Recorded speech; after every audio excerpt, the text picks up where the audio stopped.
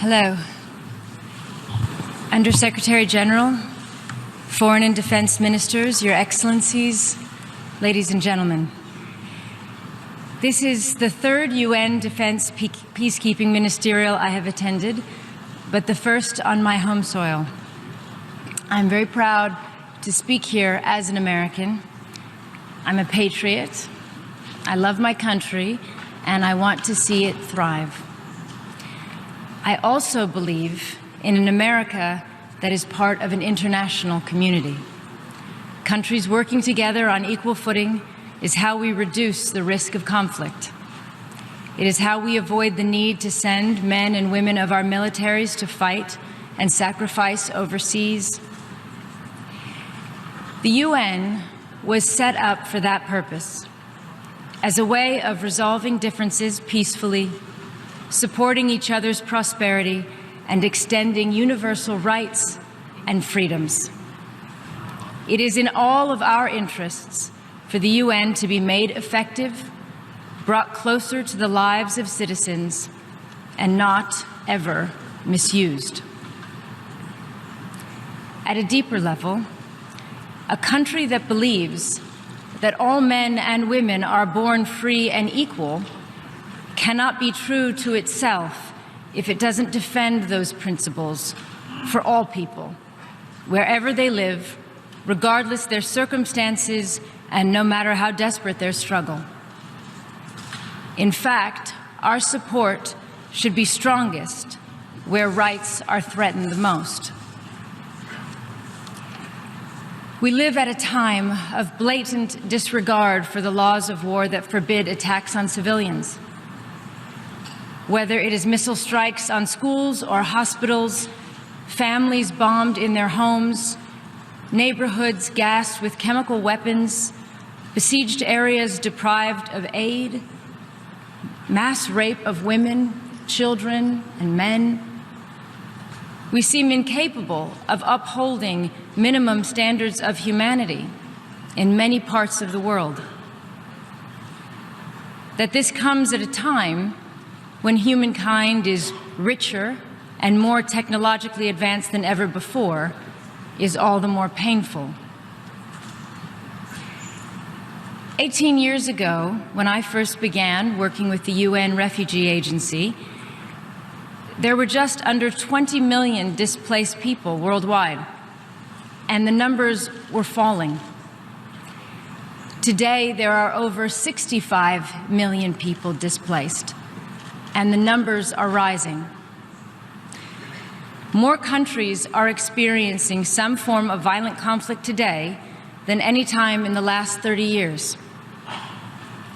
UN peacekeepers now comprise of the second largest group of forces deployed overseas and are often required to serve where there is little or no peace to be kept. Against this backdrop, it is easy to dismiss our institutions as flawed or ineffective. My hope, instead, is that young people, in particular, feel inspired to join the effort to improve them, to join the men and women in the arena, to paraphrase President Roosevelt, who strive and are striving to do deeds and whose faces are marred by dust and sweat and blood. In that regard, I want to express my respect for men and women who serve as peacekeepers, and for those who have been killed and injured. The protection of civilians is the primary responsibility of governments.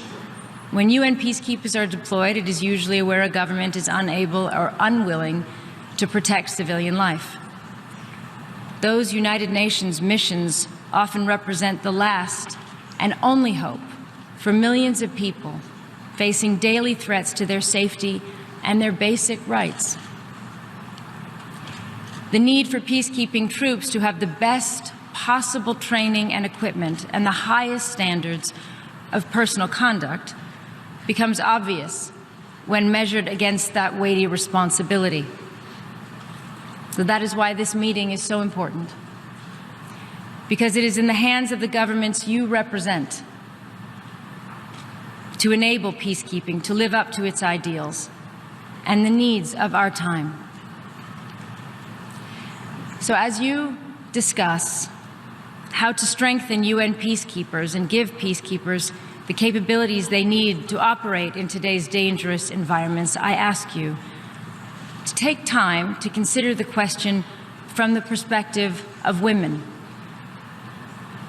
Around the world, there are countless examples of women rising, taking leadership, taking their destiny into their own hands, inspiring us all.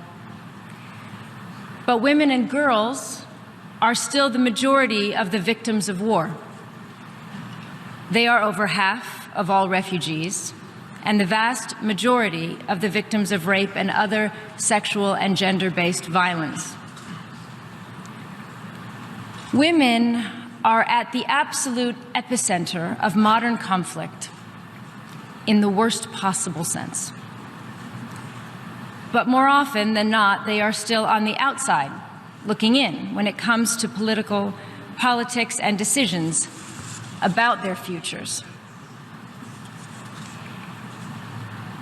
If we went by the principle that those affected by a problem should be in charge of determining the solution, then the majority of the world's peace negotiators, foreign ministers, and diplomats would be women. We all know the reality. In Afghanistan, thousands of women have recently come together in public, risking their lives to ask that their rights and the rights of their children be guaranteed in peace negotiations that so far they have been allowed no part of. Their stand is inspiring, but it should not be necessary. And the international community's silent response is alarming, to say the least. There can be no peace and stability in Afghanistan or anywhere else in the world that involves trading away the rights of women.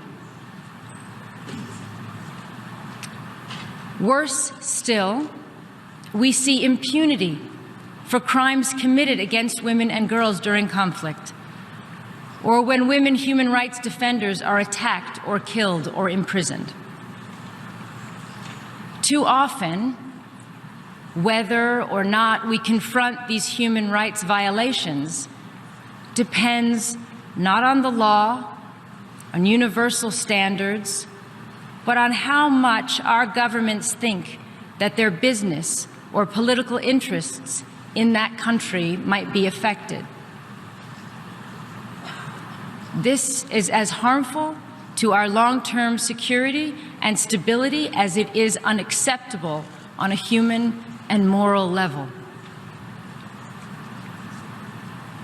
And none of this is to discount the efforts of the many men, great husbands, fathers, brothers, and sons who have been with us in this fight. It is simply the reality of the unequal power relations, abuse of power, gender bias, violence, and lack of justice that keep so many women in a subordinate and therefore vulnerable position internationally. Fearing abuse at the hands of a peacekeeper is not protection. Living with the fear that your daughter might be raped by armed combatants is not safety. Knowing that if your children are harmed, no one will be held accountable is not a basis for peace and security. Denying half a population representation in peace negotiations or in government is not the route to long-term stability. As long as we continue to put almost every other issue ahead of women's rights and participation, we will remain stuck in a cycle of violence and conflict. We will have learned nothing, and our institutions will count for less than they should. From my experience, a growing number of men and women in uniform understand this.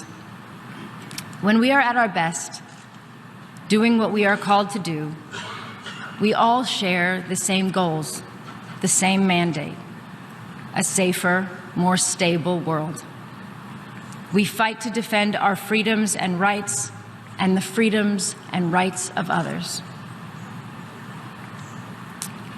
I recently met a male peacekeeper who had just returned from deployment as a gender advisor in the Central African Republic.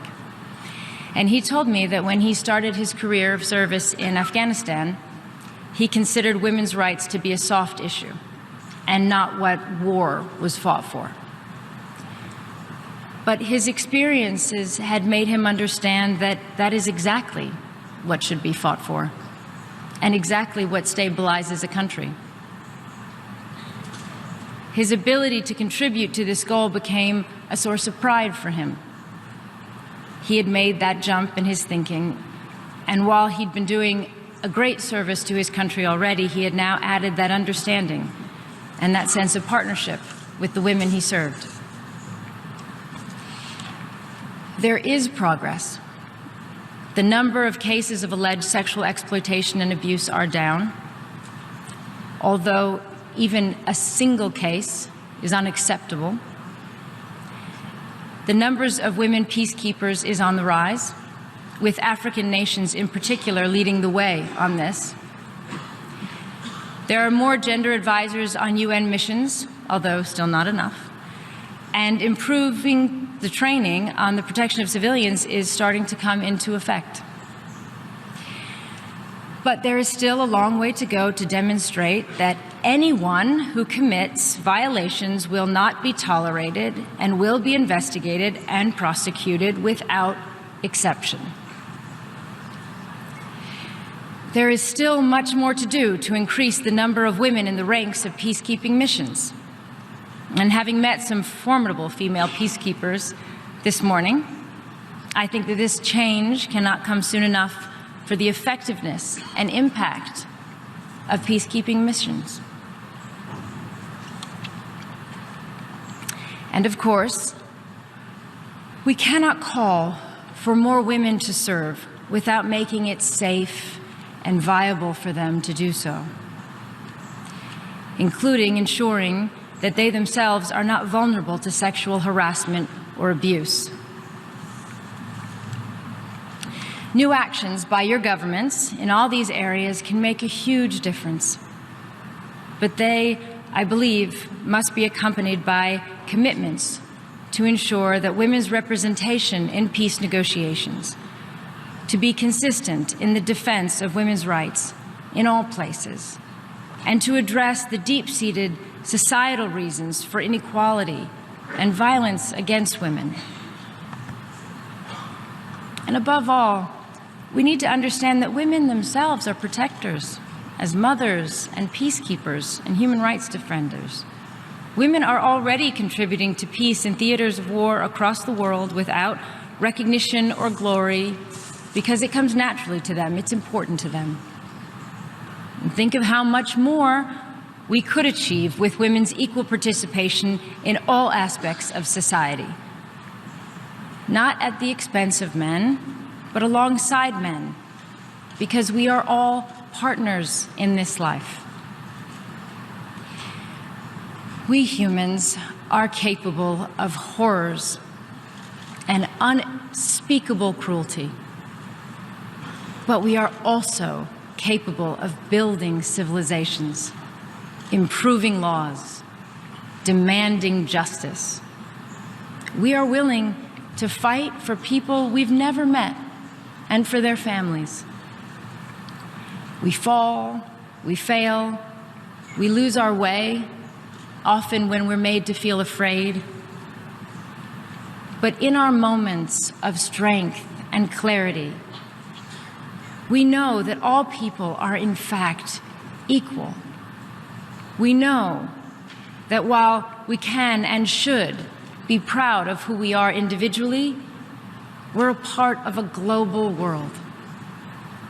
And we know that we are supposed to come together in defense of something greater than ourselves. Thank you very much.